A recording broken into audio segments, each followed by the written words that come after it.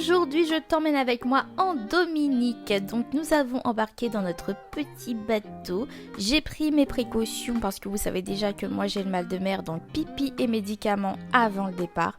On a pris de quoi grignoter pendant le voyage et nous sommes enfin arrivés à bon port. Après avoir passé la douane, nous avons rejoint Andy, notre guide, donc tip top comme d'habitude. Je vous mets toutes les infos dans la description de la vidéo. Premier arrêt directement à la banque histoire d'avoir des petites liquidités pendant le voyage, vu que bon, avec la carte bancaire c'est pas tout le monde qui la prend. Malheureusement je n'ai pas compris pourquoi ma carte ne voulait pas tirer des sous, mais bon bref, j'ai pu trouver une solution après. Comme Andy est allé manger, il nous a laissé le temps de faire des petites emplettes, de faire le tour de Roseau et tout. Et une fois qu'on a terminé tout ça, il est venu nous chercher direction Indian River. Donc comme on a pris un hôtel dans le nord de la Dominique, il nous a proposé de faire directement notre première demi-journée dans le nord. Après un deuxième arrêt au Pipi Room, nous avons pu embarquer sur notre petit bateau pour faire le tour de l'Indian River. Franchement, c'est top.